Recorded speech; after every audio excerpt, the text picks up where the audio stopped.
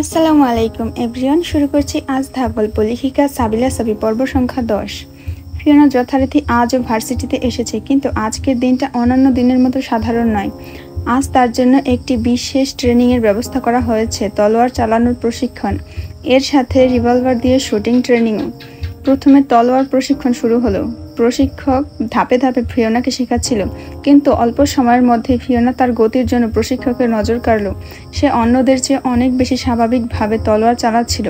প্রশিক্ষক কিছুক্ষণ ফিওনার হাতে ধরা তলোয়ার গ্রিপের দিকে তাকিয়ে থাকলেন, তারপর অবাক হয়ে জিজ্ঞেস করলেন, ফিওনা, তুমি আগে কখনো তলোয়ার চালিয়েছো? ফিওনা মাথা নাড়ল, না, আজকেই প্রথম। প্রশিক্ষক এবার আরও অবাক হলেন। কিছুক্ষণ চুপ থেকে বললেন, অদ্ভুত, তোমার হাতের মুভমেন্ট এতটাই স্বাভাবিক যেন তুমি জন্ম থেকেই জানো কিভাবে তলোয়ার চালাতে হয়। ফিওনা কিছু বলল না, শুধু মৃদু হাসল, কিন্তু তার মনের ভেতরে তখন ঝড় বয়ে যাচ্ছিল।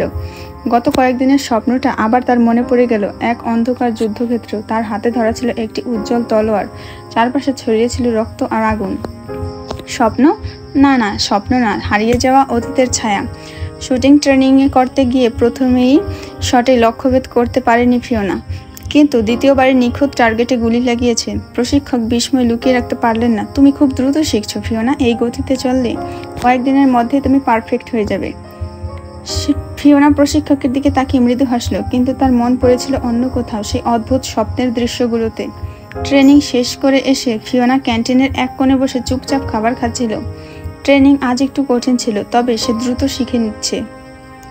চারপাশে ট্রেনিং শেষ করা অন্যান্য শিক্ষার্থীদের কোলাহল, কেউ বন্ধুদের সঙ্গে আড্ডা দিচ্ছে, আবার কেউ খাবার নিচ্ছে। এদিকে লুকাসের এখনো আসার সময় হয়নি। ফিওনা জানে সে অন্য ট্রেনিংয়ের সেশনে ব্যস্ত, কিন্তু ঠিক তখনই এথেরিয়ান তার পাশের চেয়ারে এসে বসল। ফিওনা অবাক হলো না। সে লক্ষ্য করছে যে এথেরিয়ান বরাবরই বন্ধুসুলভ আচরণ করে, তাই ফিওনা কিছু বলল না, সে শুধু নিজের খাবারে মন দিল। কিছুক্ষণ চুপ থাকার পর এথেরিয়ান হঠাৎ বলল, আচ্ছা ফিওনা, তোমার কি কোনো বান্ধবী নেই? ফিওনা ভুরু কুঁচকাল। কেন? এথেরিয়ান মুচকি হেসে বলল, কেন আবার? চোখের সামনে একটা ছেলে এভাবে সিঙ্গেল হয়ে বসে আছে, আর সেটা তুমি দেখছো না? ফিওনা কিছুক্ষণ এথেরিয়ানের দিকে তাকিয়ে রইল, তারপর শান্ত স্বরে বলল, তুমি কি সত্যিই সিঙ্গেল? এথেরিয়ান নাটকীয় ভঙ্গিতে হাত বুকের উপর রাখলো। অবশ্যই, আমার জীবনে এখনো প্রেম আসেনি। ফিওনা একটু হাসলো, তারপর বলল, আচ্ছা, তুমি কি সিরিয়াসলি প্রেম করার জন্য বান্ধবী খুঁজছো? এথেরিয়ান কাজ ঝাঁকালো, ঠিক প্রেম করার জন্য নয়। ফিওনা তখন নিস্পৃহ ভঙ্গিতে বলল, তাহলে? এথেরিয়ান হেসে উত্তর দিল, উফ, এত প্রশ্ন না করে একটা বান্ধবী জোগাড় করে দাও না আমার জন্য। ফিওনা চোখ ঘুরিয়ে বলল, আমি কি ম্যাচ মেকার নাকি? এথেরিয়ান কাজ ঝাঁকালো, একদম না, কিন্তু তুমি তো মেয়ে, অন্য মেয়েদের চিনবে। ফিওনা একটু ভেবে বলল, আমার খুব বেশি বান্ধবী নেই, আর যারা আছে তারা তোমার ধরনের ছেলেকে পছন্দ করবে না। এথেরিয়ান নাটকীয়ভাবে বলল, ওহ, আমি কি ধরনের? ফিওনা শান্তভাবে খাবার নিতে নিতে বলল, একটু বেশি কথা বলো, একটু বেশি আত্মবিশ্বাসী, আর একটু বেশি ফ্লার্টি। এথেরিয়ান হেসে বলল, ঠিক বলেছ, কিন্তু তাও যদি কেউ থাকে বলো আমাকে। ফিওনা শান্তভাবে বলল, হ্যাঁ আছে, তবে তারা পৃথিবীর মানবী। এথেরিয়ান তখনই চমকে উঠে বলল, না না বাবা, দরকার নেই, আমি কোনো হিউম্যান গার্লের প্রেমে পড়তে চাই না। এমনিতেই এসব নিয়ে ভেনাসে যা যা কাণ্ড ঘটেছে, আমার বাবা ড্রাগনিস তো আগে থেকেই চিন্তিত। আমি ঠিকঠাক একটা ড্রাগন মেয়ে চাই। ফিওনা একটু হেসে ফেলল, তাহলে তুমি এত আগ্রহ নিয়ে জানতে চাইলে কেন? এথেরিয়ান কাজ ঝাঁকিয়ে বলল, আরে ফ্রেন্ডশিপ করার জন্য ভাবছিলাম, কিন্তু হিউম্যান হলে না, আমি বাবা আমার ড্রাগন নিয়েই সন্তুষ্ট থাকবো। ফিওনা তখন বলল, এক কাজ করো, সিলভা আছে তো, ওর সাথে প্রেম করলেই তো পারো, ও তোমাকে পছন্দ করে না। এথেরিয়ান ভুরু কুঁচকে বলল, তুমি এটা জানলে কিভাবে? ফিওনা হাসলো, আমি লক্ষ্য করেছিলাম সেদিন, ও তোমার দিকে যেভাবে তাকাচ্ছিল স্পষ্ট বোঝা যাচ্ছিল। এথেরিয়ান বিরক্ত মুখে বলল, আমার ওকে একদমই পছন্দ না, গায়ে পড়া মেয়ে আমার একদমই ভালো লাগে না, এই ধরনের মেয়েকে আমি একদম ডিজার্ভ করি না। ফিওনা কাজ ঝাঁকালো, হয়তো তুমি যা ডিজার্ভ করো তা এখনো তোমার কাছে আসেনি। এথেরিয়ান দীর্ঘশ্বাস ফেলে বলল, আশা করি তাই। কথোপকথন চলতে থাকে। ফিওনা জিজ্ঞেস করে, তুমি কেমন মেয়ে পছন্দ করো? এথেরিয়ানের হাসি মুখে উত্তর দিল, আমার পছন্দ কোমল, নাজুক, সুন্দরী আর বুদ্ধিমতী, যেমন তুমি, তোমার মতো কেউ হলেই হবে। ফিওনার মুখে এক উজ্জ্বল হাসি ফুটে উঠল। সে বলল, আমার মতো মেয়ে মনে হয় এই ইউনিভার্সে একটাই আছে। এথেরিয়ান তখন জুস খেতে খেতে হাসলো, রাইট, তোমার মতো একটাই, তাও আবার সোল্ড আউট। ফিওনা ভুরু কুঁচকে তাকালো, সোল্ড আউট? এটা আবার কেমন কথা? এথেরিয়ান কাজ ঝাঁকিয়ে বোঝালো, মানে তোমার উপর তো ইতোমধ্যে ড্রাগন প্রিন্সের একচেটিয়া অধিকার আছে, অন্য কেউ তোমার দিকে তাকালে সেই প্রিন্স আগুন ছুড়ে দিবে। ফিওনা চোখ ঘুরিয়ে বলল, তুমি তো এমনভাবে কথা বলছো যেন আমি কোনো বস্তু যার মালিকানা নির্ধারিত হয়ে গিয়েছে। এথিরিয়ান হেসে বলল, আমি কিন্তু বাস্তবতা বললাম ফিওনা। ফিওনা দীর্ঘশ্বাস ফেলে বলল, বাস্তবতা বদলানো যায় এথিরিয়ান। এথিরিয়ান চোখ টিপে বলল, হয়তো যায়, তবে তোমার ক্ষেত্রে তা অসম্ভব, কারণ একবার যদি কোনো ড্রাগন হৃদয় আঁচড় কাটে সেটা কখনো মোছা যায় না। এথিরিয়ান বিদায় নিয়ে উঠে গেল। করিডোর দিয়ে হাঁটার সময় সে হঠাৎ দেখতে পেল লুকাস ক্যান্টিনের দিকে আসছে। এথিরিয়ান একটু এগিয়ে গিয়ে লুকাসকে থামিয়ে দিল। চোখে এক ধরনের কৌতূহলের ঝিলিক উঠল তার। সে সরাসরি প্রশ্ন করল, আমাকে চেনো? লুকাস ভুরুকুচকে তাকিয়ে রইল কিছুক্ষণ, তারপর মাথা নেড়ে বলল, হ্যাঁ, আপনি আমাদের ভার্সিটির সিনিয়র ব্যাচের। এথিরিয়ান ঠোঁটের কোণে এক চিলতে হাসি ফুটে উঠল, যেন সে কিছু একটা যাচাই করতে চাইছিল, আর তাতেই নিশ্চিত হয়েছে। এথিরিয়ান তখন করিডোর থেকে ক্যান্টিনের কোণের দিকে ইশারা করে বলল, ওই যে কর্নারের মেয়েটাকে দেখছো?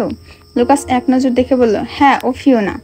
এথিরিয়ান তখন গম্ভীর কণ্ঠে বলল, ওর সাথে আর কথা বলবে না। লুকাস ভুরুকুচকে বলল, কেন? ও তো আমার খুব ভালো বন্ধু। এথিরিয়ান তখন চোখ সরু করে তাকালো, যেন সে কোনো আদেশ দিচ্ছে। আমি বলেছি আর কখনো কথা বলবে না। লুকাস একটু চুপ রইল, তারপর সাহস করে পাল্টা প্রশ্ন করলো, কেন? ফিওনা কি আপনার গার্লফ্রেন্ড? এথিরিয়ান একটা দীর্ঘশ্বাস ফেলে মৃদু হেসে বলল, আই উইশ যদি আমার গার্লফ্রেন্ড হতো, কিন্তু প্রিন্স জ্যাসপার অরিজিনকে চেনো? ওটা তার একমাত্র সম্পদ। এথিরিয়ানের কথা শুনে লুকাস ভয়ে ঢোক গেল, তার মুখের রং একটু ফ্যাকাশে হয়ে গেল, সে যেন কিছু বুঝে উঠতে পারছে না। এথিরিয়ান তখন নির্লিপ্ত ভঙ্গিতে বলল, যাই হোক, ওয়ারেন্ট করার কাজ করলাম, না শুনলে বাকিটা পরে বুঝবে। এরপর এথিরিয়ান আর এক মুহূর্তে দাঁড়ালো না, দ্রুত করিডোর ধরে চলে গেল। লুকাস কিছুক্ষণ দাঁড়িয়ে স্থির হয়ে রইল, মনে হলো যেন তার গলার মধ্যে কিছু একটা আটকে গেছে। তারপর ভয়ে ভয়ে ধীরে ধীরে ক্যান্টিনের দিকে এগিয়ে গেল। ফিওনা তখন লুকাসকে দেখতে পেয়ে হাসি মুখে হাত নেড়ে বলল, হাই লুকাস। কিন্তু লুকাস কোনো প্রতিক্রিয়া দেখালো না। সে ফিওনার দিকে না তাকিয়ে খাবার নিল এবং দ্রুত ক্যান্টিন থেকে বেরিয়ে গেল, যেন কিছুই দেখতে পায়নি। ফিওনা ওর আচরণে পুরোপুরি হতবাক হলো। লুকাস আমাকে ইগনোর করলো কেন? ওর কি কিছু হয়েছে? মনে মনে ভাবলো সে। ব্রেক শেষে ফিওনা আবার প্রশিক্ষণ নিল। আজকের প্রশিক্ষণ ছিল দীর্ঘ এবং ক্লান্তিকর। ছুটি হতে সন্ধ্যা নেমে আসে। আকাশের এক পাশে সূর্যের লালচে আভা ছড়াচ্ছে, আর অন্য পাশে অন্ধকার ঘনীভূত হচ্ছে, যেন দিন ও রাত একসাথে মিশে গিয়েছে।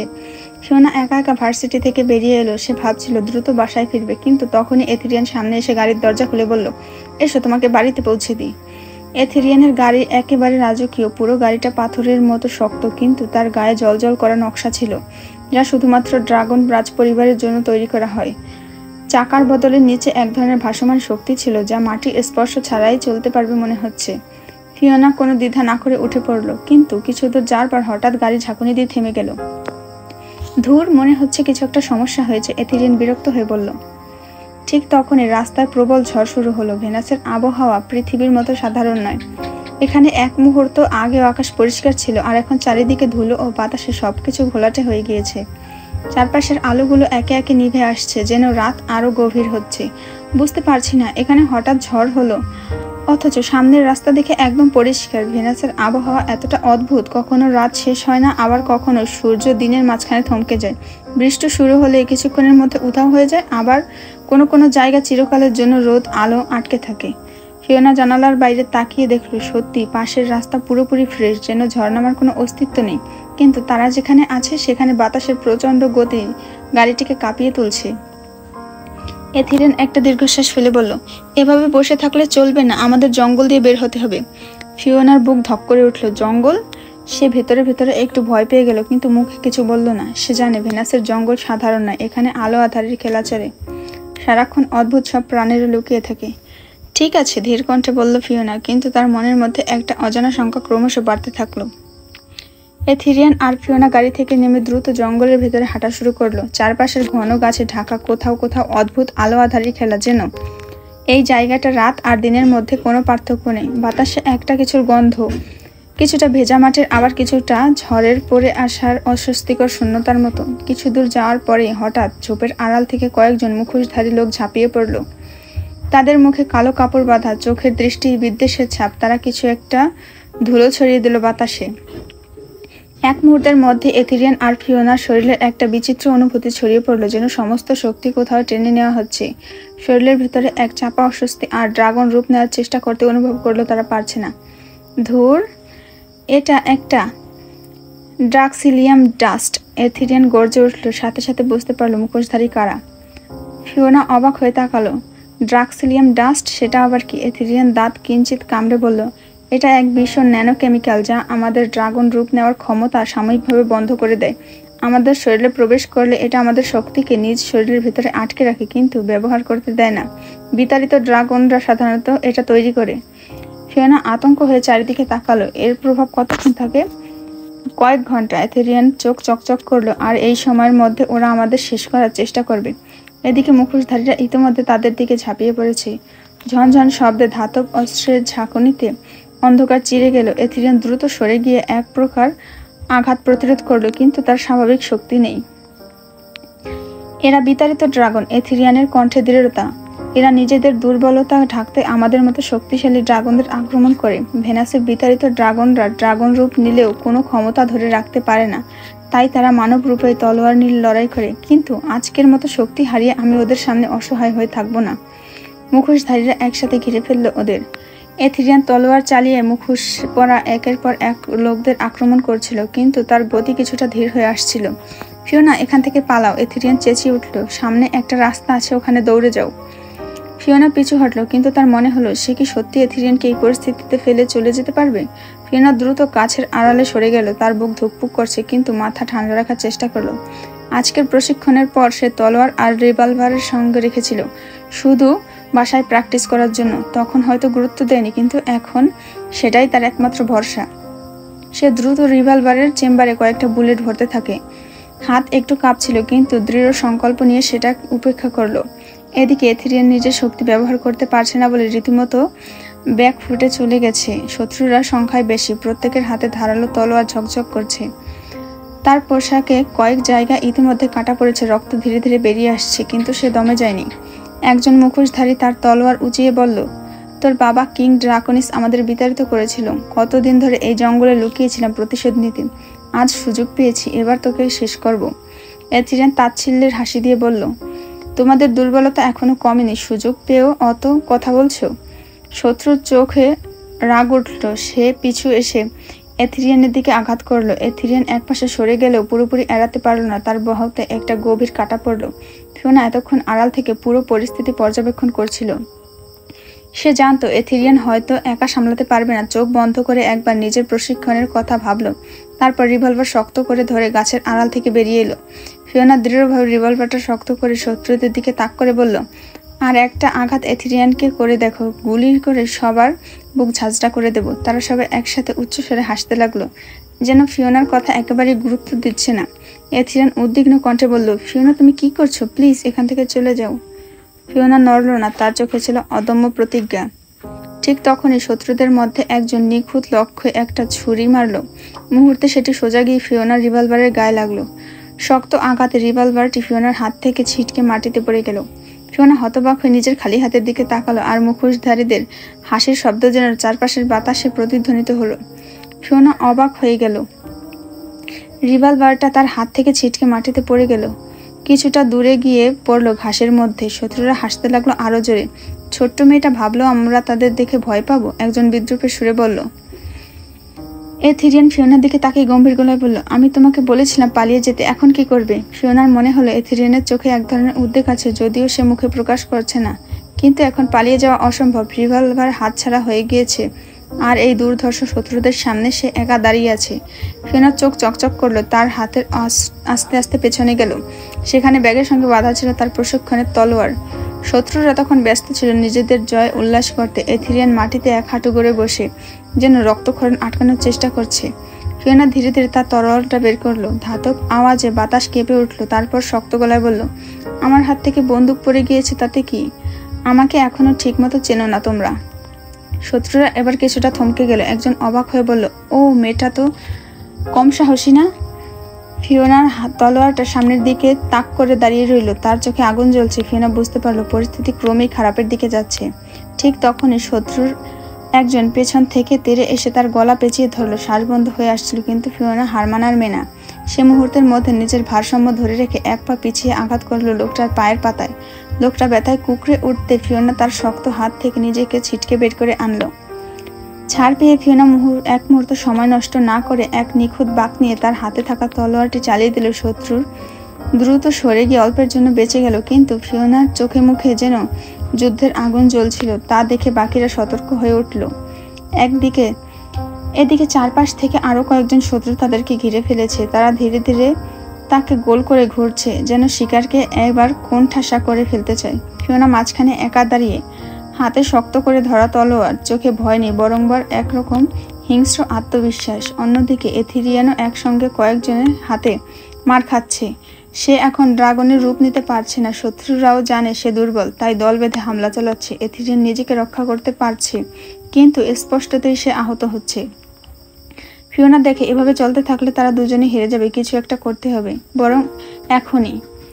ফিওনা কিছু বুঝে ওঠার আগে আকাশ থেকে এক বিশাল সবুজ ড্রাগন ঝাঁপিয়ে পড়ল। তার দেহ জুড়ে জ্বলছিল দপদপে আগুন, চোখ দুটো লালচে সবুজ দীপ্তিময়। মুহূর্তে সে বিশাল এক আগুনের স্রোত ছড়িয়ে দিল শত্রুদের দিকে। গনগনে আগুনের শিখা চারিদিকে ছড়িয়ে পড়তে শত্রুরা আত্মচিৎকার করে ছুটে গেল। যারা পালাতে পারলো না তারা মুহূর্তে দগ্ধ হয়ে মাটিতে লুকিয়ে পড়ল। আগুনের তাপে জঙ্গলের বহু গাছ পুড়ে যেতে লাগলো। বাতাসে ধোঁয়ার গন্ধ ছড়িয়ে পড়ল। এথিরিয়ান অবাক হয়ে তাকিয়েছিল এই দৃশ্যের দিকে। জেসু ভাইয়া, সে ফিসফিস করে বলল, যেন নিজের চোখকে বিশ্বাস করতে পারছিল না।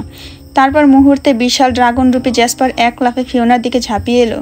তার শক্ত নখ দিয়ে ফিওনার কোমর আঁকড়ে ধরল, যেন ওকে নিজের শিকার বানিয়ে নিচ্ছে। ফিওনা বিস্মিত হয়ে তাকিয়ে রইল। প্রিন্স, আপনি? কিন্তু জ্যাসপার কিছুই বলল না। সে দ্রুত ডানা মিলে আকাশে উড়ে গেল। মুহূর্তের মধ্যে বিশাল গাছপালার ঊর্ধ্বে বাতাসের প্রচণ্ড গতি। ফিওনার চুল উড়েছিল, কিন্তু সে কেবল শক্ত করে জ্যাসপারের আঁকড়ে থাকা নখের চাপটা অনুভব করছিল। একদিকে এথিরিয়ান হতভম্ব হয়ে দাঁড়িয়েছিল। কিভাবে তার সামনে থেকে ফিওনাকে উড়িয়ে নিয়ে চলে যাচ্ছে তার ভাই ড্রাগন জ্যাসপার। জ্যাসপার ফিওনাকে শক্ত হাতে ধরে তার এলডর রাজ্যের প্রাসাদের একটি নির্জন কক্ষে নিয়ে এলো। এটি তার ব্যক্তিগত প্রশিক্ষণ কক্ষ, যেখানে অস্ত্র, বিভিন্ন রকম কেমিক্যাল আর গোপন প্রযুক্তি রাখা আছে। কক্ষটি বিশাল। দেয়ালে সাজানো রয়েছে নানা ধরনের তলোয়ার, বর্ষা এবং শক্তিশালী ড্রাগনদের জন্য বিশেষভাবে তৈরি কিছু যুদ্ধের সরঞ্জাম। বারান্দা দিয়ে প্রবেশ করতে জ্যাসপার ফিওনাকে সামনে ঠেলে দিল। তার চোখে ছিল ক্রোধ, উদ্বেগ আর এক অজানা আবেগ। জ্যাসপার ফিওনাকে শক্ত করে ধরে তার চোখে চোখ রাখল। তার মুখে বিরক্তি, রাগ আর এক অদ্ভুত উদ্বেগ ছাপ। খুব সাহস হয়েছে তোমার, তাই না? তার কণ্ঠে ছিল গভীর তীক্ষ্ণ। তুমি এখনো সেভাবে প্রস্তুত নও ফিওনা। তুমি পালিয়ে না গিয়ে তাদের সঙ্গে লড়াই করছিলে কেন? ফিওনা বিরক্তির সাথে হাত ছাড়ানোর চেষ্টা করলো, কিন্তু জ্যাসপারের হাতের শক্তি সে নড়াতে পারল না। আপনার ভাই বিপদে ছিল, আমি তাকে একা ফেলে কিভাবে পালাবো? ফিওনার কণ্ঠ শক্ত এবং হতাশা। জ্যাসপার গভীর শ্বাস নিল, যেন নিজেকে সামলানোর চেষ্টা করছে। তারপর বলল, হামিংবার্ড, তুমি বুঝতে পারছো না, তুমি এখনো পুরোপুরি প্রশিক্ষণ প্রাপ্ত নও। এথিরিয়ান নিজেকে রক্ষা করতে পারতো, কিংবা আমি তাকে বাঁচাতাম, কিন্তু যদি তোমার কিছু হয়ে যেত? ফিওনা এবার দৃঢ় কণ্ঠে বলল, আমি এতটাও স্বার্থপর নই, আর আমি দুর্বল নই, আমি তলোয়ার চালাতে পারি। জ্যাসপার ফিওনার চোখের দিকে তাকালো গভীর দৃষ্টি নিয়ে। মুহূর্ত খানিক নীরব থাকার পর সে ধীরে ধীরে বলল, তুমি হয়তো তলোয়ার চালাতে পারো, কিন্তু তুমি জানো না কখন চালাতে হবে। যুদ্ধ শুধু শক্তির নয়, বুদ্ধিরও খেলা। আর তুমি? সে হালকা স্বরে ফিওনার বাহু থেকে হাত সরিয়ে নিল, কিন্তু তার দৃষ্টিতে সেই দাবানল এখনো জ্বলছে। তুমি আমার সবচেয়ে দুর্বল বিন্দু হয়ে গেছো ফিওনা। ফিওনা তখন আত্মবিশ্বাসী ভঙ্গিতে বলল, আমি দুর্বল নই, আমি ট্রেনিং নিয়েছি। জ্যাসপার এক মুহূর্ত ফিওনার দিকে তাকিয়ে থাকলো। তারপর ঠোঁটের কোণে এক প্রকার বিদ্রুপের হাসি ফুটে উঠল। তাই তুমি একেবারে প্রশিক্ষণ প্রাপ্ত হয়ে গেছো, দেখি কতটা শিখেছ।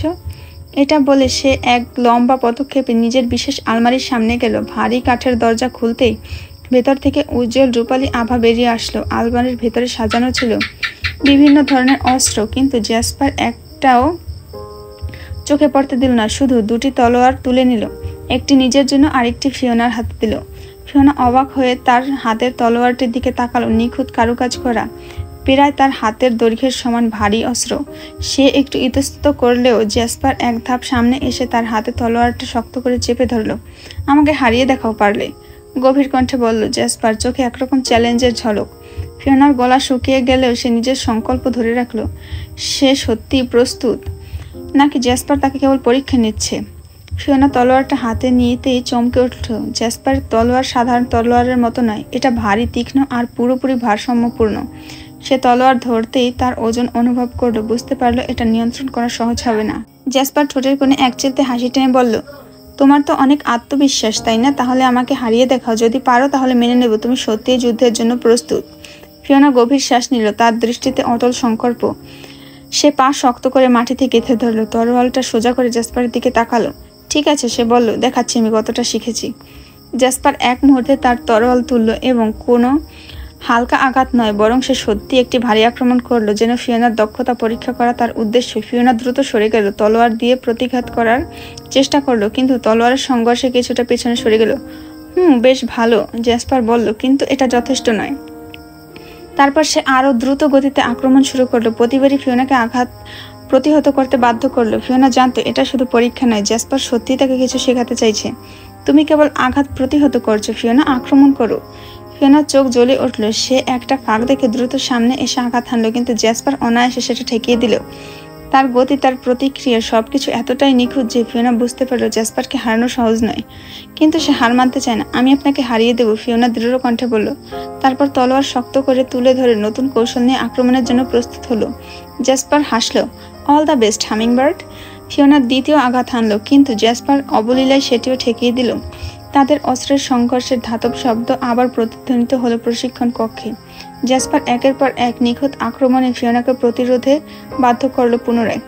ফিওনা এবার বুঝতে পারলো সে সত্যি এখনো জ্যাসপারের পর্যায়ে আসেনি, কিন্তু সে এখনো হার মানবে না। এত সহজে হার মেনে যাবো ভেবেছেন? ফিওনা বলল, তারপর দ্রুত বাঁদিকে সরে এসে নিখুঁত গতিতে তলোয়ার চালালো। জ্যাসপার অল্পের জন্য সেটা এড়িয়ে গেল, তার চোখে হালকা বিস্ময় ফুটে উঠল। বেশ ভালো চেষ্টা করছো, সে বলল, তারপর নিমেষে গতি বাড়িয়ে দিল। জ্যাসপার এবার সত্যিকারের প্রতিপক্ষের মতো আক্রমণ করলো। তাদের তলোয়ারের ঠকঠক শব্দ কক্ষে প্রতিধ্বনিত হচ্ছিল। একের পর এক শক্তিশালী আঘাতে ফিওনাকে বাধ্য করছিল প্রতিরোধ করতে। একসময় জ্যাসপার এক লাফে তার পেছনে এলো, ফিওনার তলোয়ারটি নিচের দিকে নামিয়ে দিল, তাকে দেয়ালে ঠেকে ধরল। তারপর এক ঝটকায় ফিওনার তলোয়ারটি দূরে ছিটকে গিয়ে পড়ল। ফিওনার শ্বাসকষ্টে হাঁপাচ্ছিল, জ্যাসপার নিখুঁত নিয়ন্ত্রণ ছিল। সে ধীরে ধীরে এগিয়ে এলো, চোখে সেই পরিচিত তীক্ষ্ণ দৃষ্টি, আর হাতে তলোয়ার রেখে অন্য হাতে ফিওনার থুতনি তুলল। এখনো বাচ্চা, তুমি বুঝতে পেরেছ? জ্যাসপার গভীর গলায় বলল, তুমি যুদ্ধের জন্য তৈরি নাও, হামিংবার্ড। ফিওনার রাগে শরীর গরম হয়ে উঠল, সে হাল ছাড়ার মেয়ে নয়। আপনি যদি সত্যি আমাকে পরীক্ষা করতে চান তাহলে ঠিকঠাক লড়াই করুন। জ্যাসপার কিছুক্ষণ তার চোখে তাকিয়ে রইল, তারপর হঠাৎ তার ঠোঁটে সেই দুষ্টু হাসি ফুটে উঠল। আচ্ছা, তাহলে তোমার আরেকটা সুযোগ দিলাম, হামিংবার্ড, সে বলল, কিন্তু যদি হেরে যাও তাহলে শাস্তি হিসেবে আমার কথা শুনতে হবে। ফিওনার চোখ সরু করলো, কি শাস্তি? জ্যাসপার এগিয়ে এসে তার মুখের খুব কাছে ঝুঁকে পড়ল। ফিওনার হৃদপ্রবাহ মুহূর্তে দ্রুত হয়ে গেল। তারপরে বলবো, সে ফিসফিস করে বলল, তবে হেরে গেলে তোমার জন্য সুখকর হবে না। ফিওনার বুক ধক করে উঠল, কিন্তু সে পিছু হটল না। দেখাই তাহলে, সে বলল, কেউ হারে আর কেউ হার মানে, আমি হারবো না। জ্যাসপার মৃদু হেসে বলল, দেখা যাক, হামিংবার্ড।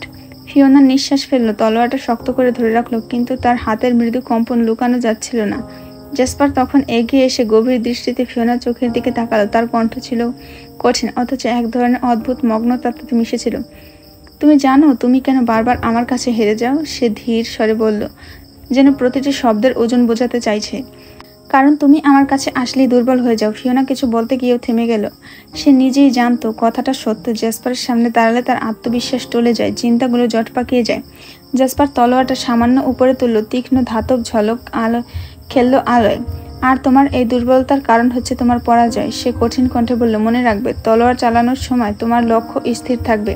তলোয়ারের ওপাশের ব্যক্তিকে তুমি শত্রুর চোখে দেখবে, সে যেই হোক, যত ভালোবাসার মানুষই হোক না কেন। ফিওনা চুপচাপ দাঁড়িয়ে থাকলো, বুকের ভিতর কিছু একটা মোচড় দিয়ে উঠতে লাগলো। সে কি পারবে সত্যি জ্যাসপারকে শত্রুর চোখে দেখতে? মনের কথা মনে রেখে ফিওনা দৃঢ় কণ্ঠে বলল, আমি মোটেও আপনার কাছে আসলে দুর্বল হয়ে যাই না। জ্যাসপার ধীর পায়ে তার কাছে এগিয়ে এলো, চোখে মুখে এক ধরনের রহস্যময় অভিব্যক্তি। তার ঠোঁটের কোণে সেই এক চাপা হাসি ফুটে উঠল, যেন সে আগে থেকে এই উত্তরটা আশা করছিল। ও তাই, সে হালকা স্বরে বলল, কিন্তু কণ্ঠে এক ধরনের ব্যঙ্গ লুকিয়েছিল। ঠিক আছে, তাহলে তোমার দুর্বলতা পরীক্ষা নেওয়া যাক।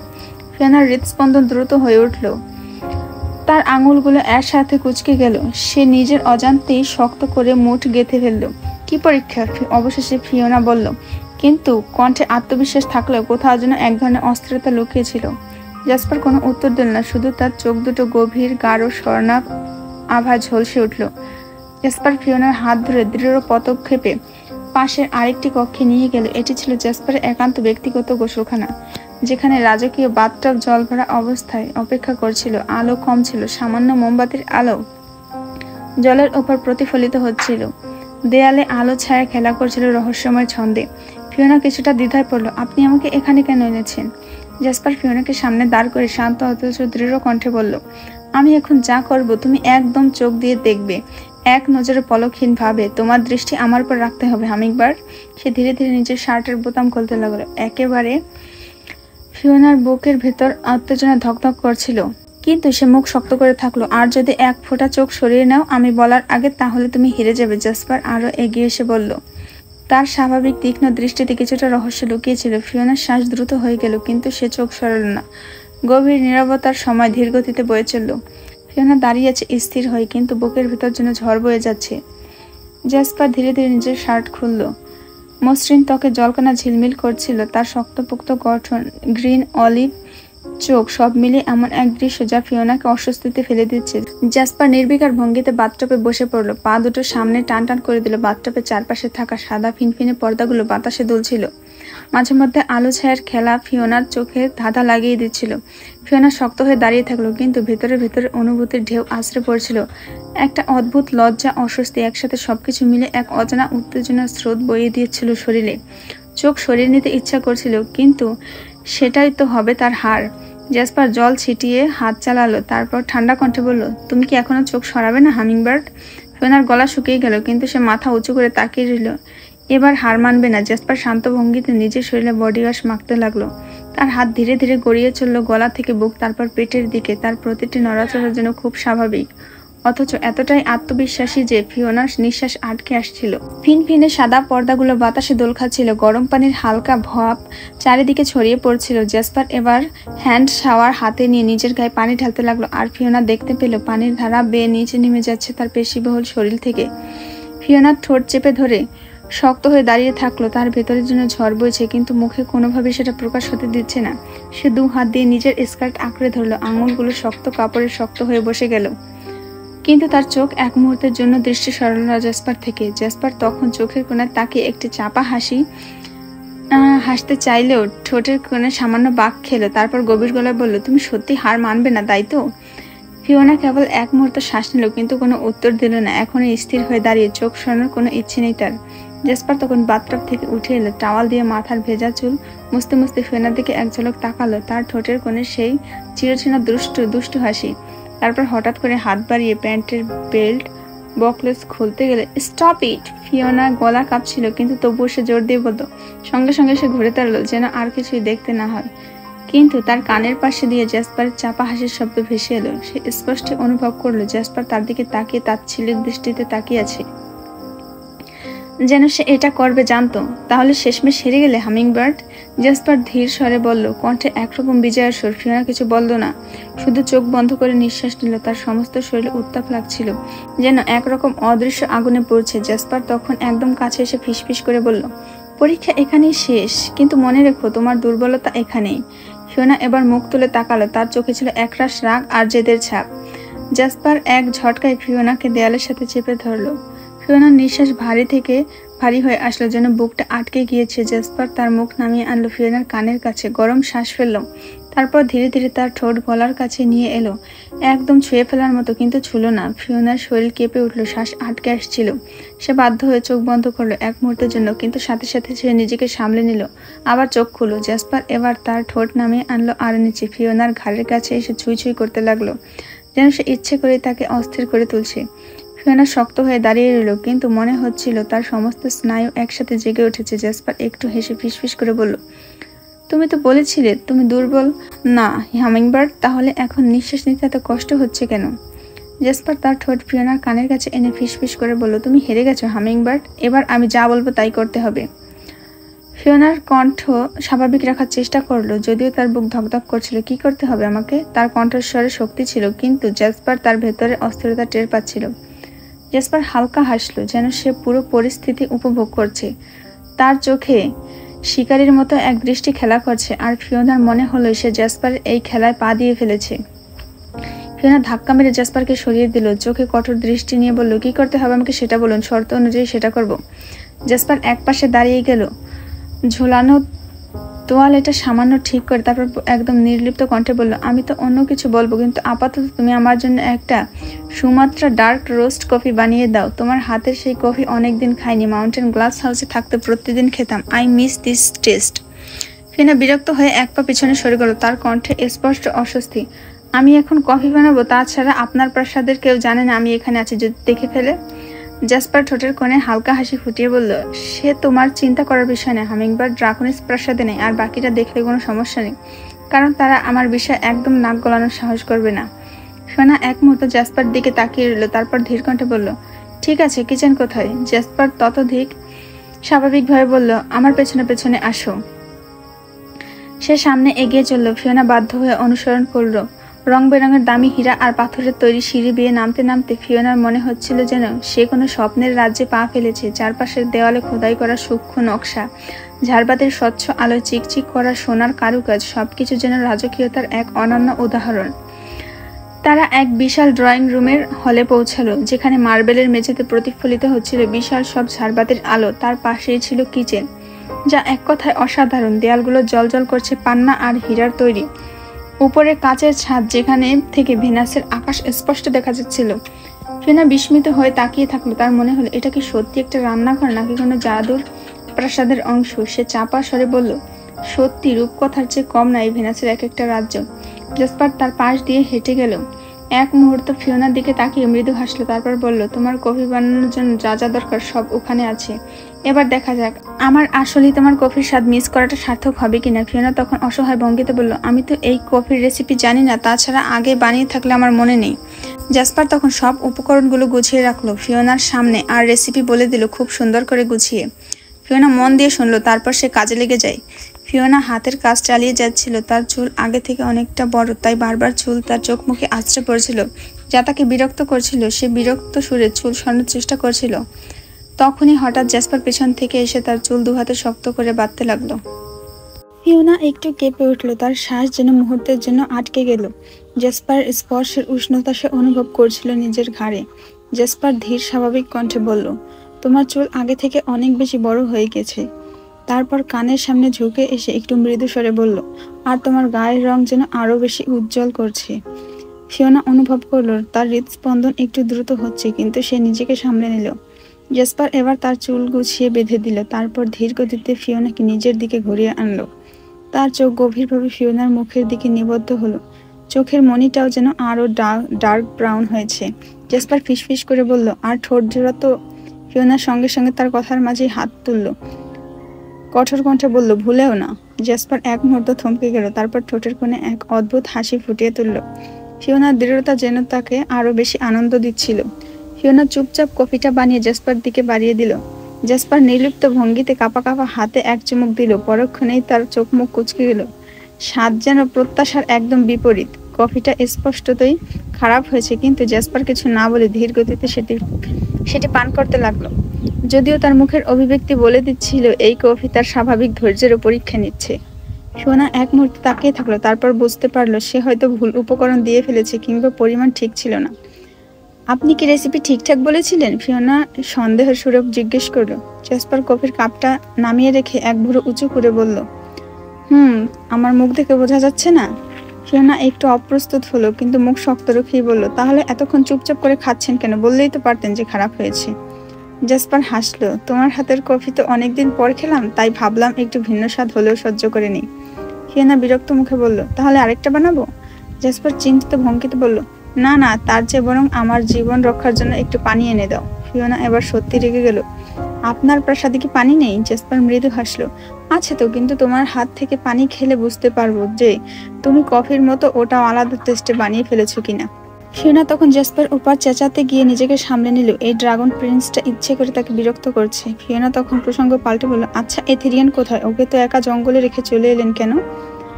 জ্যাসপার তখন বলল, ও বাচ্চা ছেলে না, অলরেডি নিজের কক্ষে আছে। ফিওনা স্বস্তির নিঃশ্বাসে বলল, তবে চিন্তার রেখা এখনো কপালে স্পষ্ট। ও তো অনেক আহত হয়েছে, আমি দেখে আসি। জ্যাসপার সঙ্গে সঙ্গে পথ আটকে দাঁড়ালো, চোখ মুখ কঠোর অভিব্যক্তি। কোনো দরকার নেই, একটা অপরিচিত ছেলের বেডরুমে যাওয়ার কথা ভাবছো কেন? ফিওনা হতভম্ব হয়ে গেল। অপরিচিত? তার কণ্ঠে অবিশ্বাস ছড়িয়ে পড়লো। এথিরিয়ান তো আপনার নিজের ভাই, আমি শুধু দেখতে চেয়েছি ও কেমন আছে, এটাতে ভুলটা কোথায়? জেসপার ঠান্ডা গলায় বলল, ও আমার ভাই, কিন্তু তোমার না। ও এতক্ষণে ঠিক হয়ে গিয়েছে, তোমার যাওয়ার দরকার নেই। ফিওনা এবার বিরক্তি নিয়ে বলল, আপনি এতটাই নির্দয়। আমি যদি আহত হতাম ইথিলিনকে আমাকে দেখতে আসতো না? জেসপার ধীর পদক্ষেপে সামনে এগিয়ে এলো, ফিওনার খুব কাছাকাছি এসে দাঁড়ালো। তার গভীর সবুজ চোখ দুটো তীক্ষ্ণ হয়ে উঠল। আমি বলেছি তুমি যাবে না মানে যাবে না। ফিওনা এক ধাপ পেছনে সরতে গিয়েও থেমে গেল। তার ভেতরে এক ধরনের একগুঁয়েমি জেগে উঠল। তাহলে আপনি ঠিক করে দেবেন আমি কোথায় যাব, কাকে দেখবো কাকে দেখবো না? জেসপার এক মুহূর্ত চুপ করে তাকিয়ে থাকলো, তারপর মৃদু গর্জন ভরা কণ্ঠে বলল, আমি এখন তোমাকে তোমার প্রাসাদে পৌঁছে দিচ্ছি। এই আলোচনা এখানে ইতি টানো। ফিওনার ভেতরটা রাগে ফুঁসছিল, কিন্তু সে জানতো এখন কথা বাড়িয়ে লাভ নেই। তবে একদিন সে ঠিকই এই জেসপারের মালিকানা সুলভ দৃষ্টির জবাব দেবে। জেসপার তখন নিজের কক্ষে গেল প্রস্তুত হতে। ফিওনা প্রাসাদের ড্রয়িং রুমে বসে অপেক্ষা করতে লাগলো। চারপাশের রাজকীয় সৌন্দর্য চোখে পড়লেও তার মনোযোগ ছিল অন্য কোথাও। অল্প সময় পর সিঁড়ি বেয়ে জেসপার নামতে লাগলো। তার সাথে বাতাসে ছড়িয়ে পড়লো ভেনাসের বিখ্যাত এলড্রা পারফিউমের ঘ্রাণ। খাঁটি চন্দন আর চন্দ্রমল্লিকার সেই গন্ধ যেন এক নিমেষে সমস্ত পরিবেশকে আচ্ছন্ন করে ফেললো। আর ফিওনার শ্বাস প্রশ্বাস এলোমেলো হয়ে গেল। সে দ্রুত সামনে থাকা উপন্যাসের বইয়ে মুখ তুলে ধরল, যেন নিজের প্রতিক্রিয়া লুকাতে পারে। কিন্তু বইয়ের পাতার ফাঁক দিয়ে চুপি চুপি তাকিয়ে দেখলো জেসপারকে। সাদা শার্টের ওপর গাঢ় মেরুন রঙের ব্লেজার, রাজকীয় পোশাকে, গভীর চোখ আর নিখুঁত চেহারা যেন এক অতিমানবিক সৌন্দর্য ছড়িয়ে পড়েছে। ফিওনা মুগ্ধ হয়ে তাকিয়ে থাকলো। সত্যি মনে হচ্ছিল কোনো রূপকথার রাজপুত্র প্রাসাদ থেকে নেমে আসছে। যদিও জেসপার ভেনাসের রাজপুত্র, তবে পৃথিবীতে থাকলে হয়তো সব মেয়ের স্বপ্নের প্রিন্স চার্মিং হয়ে যেত। জেসপার সোফার সামনে এসে স্থির হয়ে দাঁড়িয়ে বলল, চলো। ফিওনা ধীরে ধীরে উঠে দাঁড়ালো, তবে এবার আর জেসপারের দিকে তাকাতে সাহস পেল না। সে চুপচাপ তার পিছু নিল। প্রাসাদের বাইরে এসে ফিওনার চোখ বিস্ময়ে বড় হয়ে গেল। প্রায় 1 ডজন ড্রাগন গার্ডস দাঁড়িয়েছিল সারিবদ্ধভাবে, কিন্তু তাদের দেখে একদমই মনে হচ্ছিল না যে তারা কোনো ভিনগ্রহের প্রহরী। বরং তাদের পোশাক ছিল একদম পৃথিবীর মতো। কালো ব্লেজার, নিখুঁতভাবে বাঁধা টাই, শক্তপোক্ত গঠন, একেবারে কোনো অভিজাত সিকিউরিটি ফোর্সের মতো। কিন্তু ফিওনার বিস্ময় তখন দ্বিগুণ হয়ে গেল যখন সে দেখলো প্রাসাদের সামনে দাঁড়িয়েছে একটি কালো মার্সিডিস। তার কপালে ভাঁজ পড়ল। অবাক হয়ে ফিসফিস করে বলল, ভেনাসে মার্সিডিস এখানে কিভাবে এলো? জেসপার একটু হাসলো, যেন সে এই প্রশ্নের জন্যই অপেক্ষা করছিল। এরপর ধীর কণ্ঠে বলল, এটা ভেনাসের মার্সিডিস, তবে পৃথিবীর মতো সাধারণ গাড়ি নয়। এই গাড়ি সমুদ্রের গভীরতম তলদেশেও চলতে পারে, আবার পানির উপরে ভাসতেও পারে, এমনকি আকাশের অসীম শূন্যতাতেও উঠতে পারে হেলিকপ্টারের মতো। ফিওনার মনে হলো সেজন্য কোনো সত্যিই স্বপ্নের রাজ্যে এসে পড়েছে। এটা কি আসলেই সম্ভব এমন প্রযুক্তি? জেসপার এবার গাঢ় কণ্ঠে বলল, তাহলে বলো তুমি কিভাবে সাফারি করবে? এই গাড়িতে সমুদ্রের গহীনে হারিয়ে যেতে চাও, নাকি আকাশের অসীমে উড়ে বেড়াতে চাও? ফিওনা তখন কিছুক্ষণ ভেবে বলল, আকাশে করে যাব। জেসপার এক মুহূর্তের জন্য ফিওনার দিকে তাকালো, যেন তার উত্তরের মধ্যে কিছু একটা খুঁজে দেখছে। তারপর সে কোনো কথা না বলে গাড়ির দিকে ইশারা করলো। গার্ডরা সাথে সাথে গাড়ির দরজা খুলে দিল। ফিওনা উঠে বসলো আর জেসপার ড্রাইভিং সিটে গিয়ে বসলো। গাড়ি স্টার্ট করার পরপরই হঠাৎ এক ঝটকায় আকাশে উড়ে গেল। ফিওনা ভারসাম্য হারিয়ে জেসপার ব্লেজার খামচে ধরলো। বুঝতে পেরে সঙ্গে সঙ্গে হাত সরিয়ে নিল এবং বসে পড়লো ঠিকঠাক করে। আর চারিদিকে তাকিয়ে দেখলো ভেনাসের সৌন্দর্য এক অন্যরকম দ্যুতি ছড়াচ্ছে।